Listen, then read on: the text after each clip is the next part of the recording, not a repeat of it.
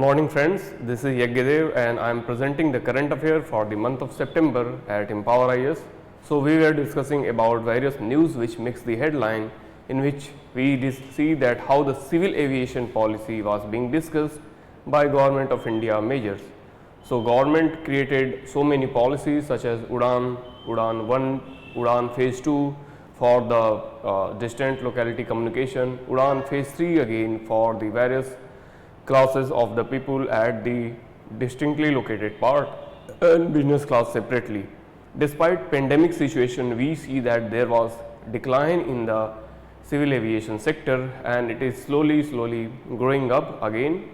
So few more setup were provided in the post pandemic situation, that the airports at Agartala, Dehradun and Kushinagar are being developed along with the Jewar Airport, Noida International Airport,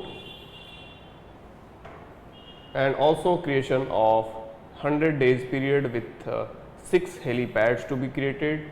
So 4 new airports and 6 helipads as Uttarakhand, which is again a hilly state, Himachal Pradesh again a hilly state, as a part of the Udan scheme. And the next plan of the policy is maintenance, repair and overall scenario. What does it mean that government is planning for to maintain and repair the flights which were damaged? It also maintain and repair the airports which are facing damage scenario and they are having the challenges at various level.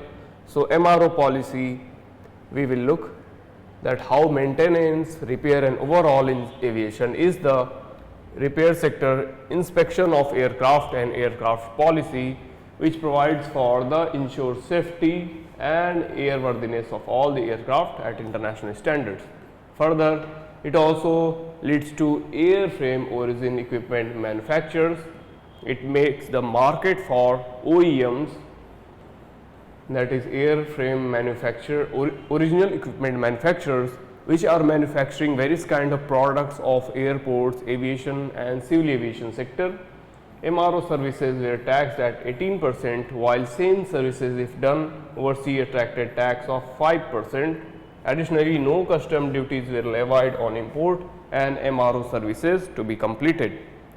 Now government has recently reduced goods and services tax rate from 5% to 18% for the domestic MRO services.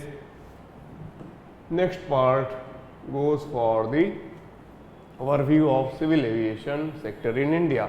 Civil aviation industry is emerging as one of the fastest growing industry, carrying out the domestic passengers at the local level. So civil aviation leads to transfer of passenger from one flight area to the other. During last 3 years, it has seen a rising peak. India has become third largest domestic civil aviation market in the world, expected to overtake United Kingdom to become the third largest air passenger by 2024. Between 2009 and 19, India contributed 5.9% of the total global growth of the passengers.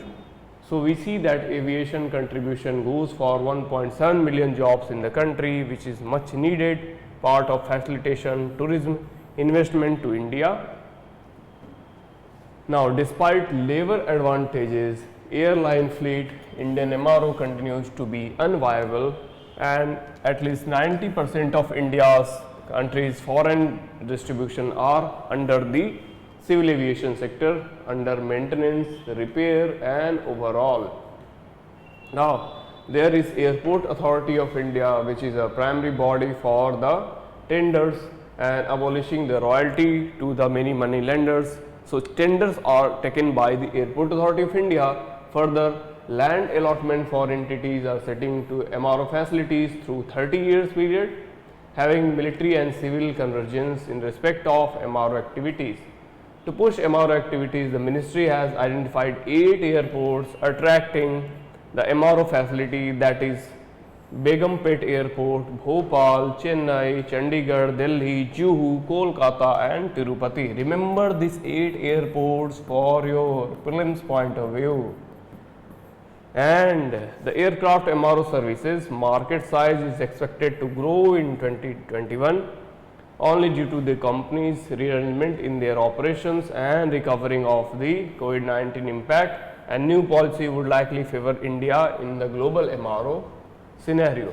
So what are the regulators? We see that entry 29 lists first Schedule 7 of the Constitution of India, 7, that is State Union List, provide Article 246 of the Indian Constitution, Parliament with exclusive jurisdiction on the legislature of all the airports, aircraft, civil aviation, air navigation, and provision for aerodrome regulation and organization of traffic and aerodromes.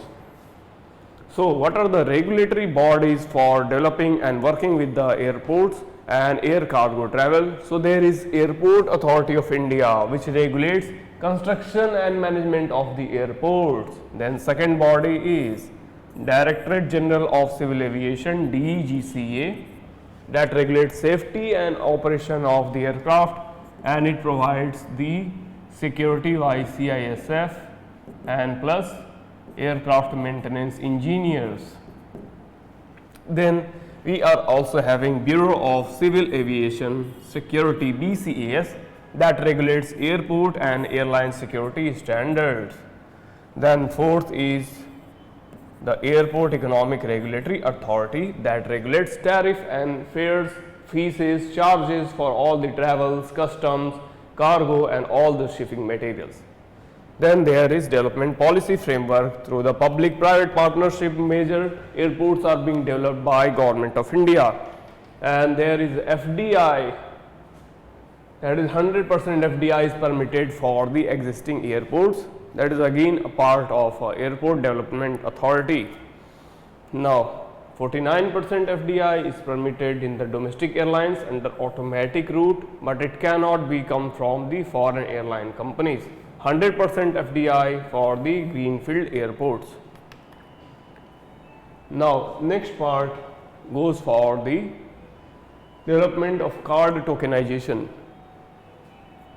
Card tokenization scheme has been taken out by the Government of India, in which there are various cards that are to be tokenized.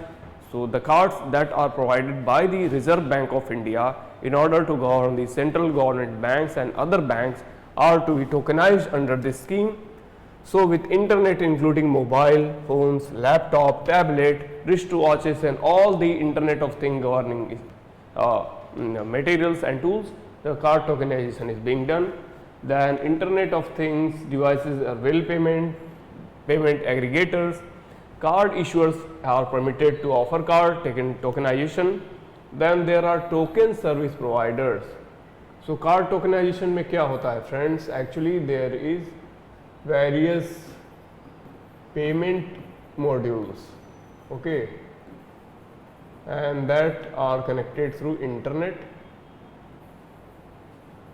तो internet connectivity के साथ जो भी payment modules हैं उनको card token provide कर रही है RBI in order to ensure the authenticity,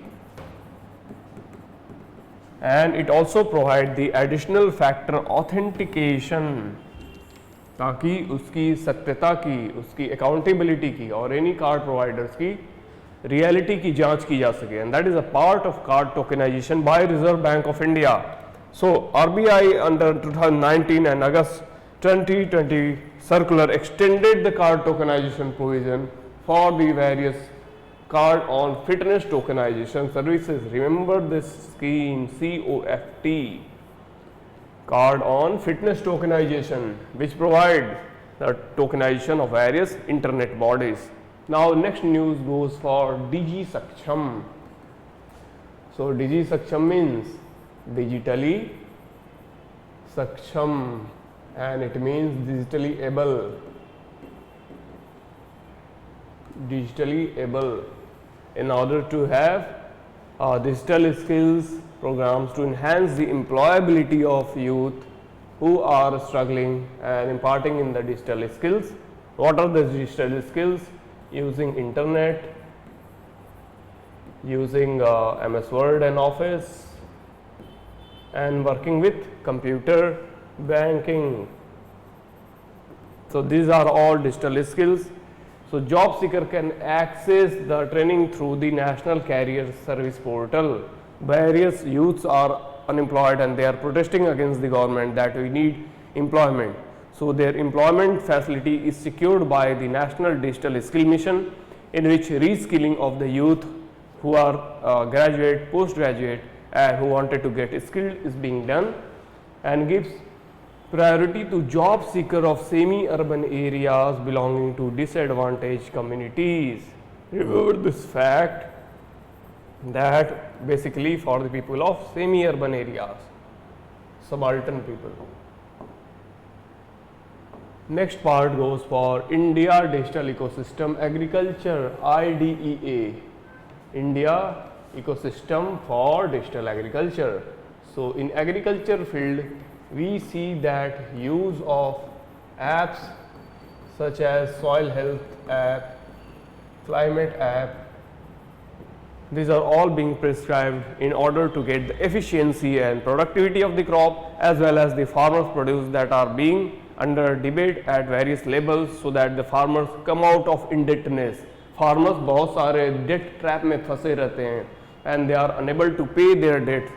So their debt is to be incurred by digital agriculture ecosystem. So a national digital ecosystem has been created by Government of India to provide national mission on digital agriculture, and a multi-stake idea advisory body passing through NMDA and assigning unique farmers ID for national e-governance plan in agriculture is also provided. Unified Farmer Service Platform is also provided. Now, UN SDG for better agri practices, sustainable goals. So, United Nations has provided sustainable goals for the overall development of climate, better development of cities, development of nations in terms of education, poverty eradication, and therefore it has also provided mechanism for sustainable agriculture. So in agriculture practices, we see that the goals under second article of SDG, that is zero hunger, so producing sufficient amount of crops so as to cater the problem of hunger. Then next, goal 6 target to clean water for drinking and also sanitation to the people. Goal 8 aiming for power of innovation, decent work and economic growth, and 12 aims for monitor waste production, responsible consumption and production at the various levels. Goal 17 allows sharing of information, partnership of the goals. So shared information is also a part of goal. And goal 15 implement land management and land and life management over the land and the sea. Goal 14 aims for the framing of life below the water. So below water life is also being framed. Goal 9 aims for supply chains, regulations, innovation and infrastructure. Now remember, innovation is a part of UN SDG. Then goal 11 aims for integration, sustainable cities and communities. Next part is India Euro denominated green bonds. Remember, United Nations Sustainable Development Goals are very important for your prelims and mains. Do quote UN SDGs whenever you are writing your answers in the answer sheet. Now $300 million for 7 years as a euro denomination bond. Earlier we saw that there were dollar denominated bond in which the convertibility, that is CAC of India's currency into the dollar, was directly carried out by the convertibility factor.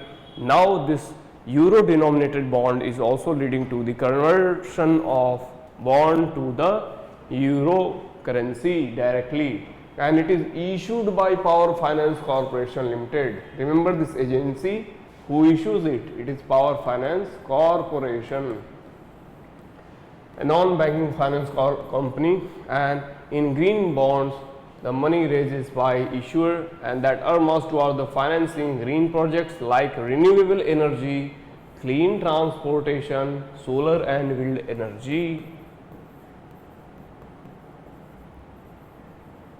Solar and wind energy, that are all part of this project. Clean transportation, hybrid electric vehicle projects. Vehicles are also included, plus battery vehicles.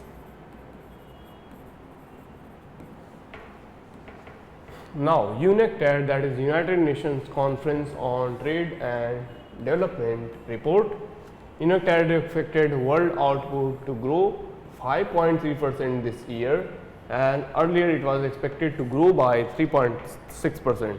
पहले UNCTAD report was to be grown by 3.6% के ratio से grow करना था. Now it is expected to grow by 5.3% ratio. So India has suffered a contraction of 7% due to COVID lockdown.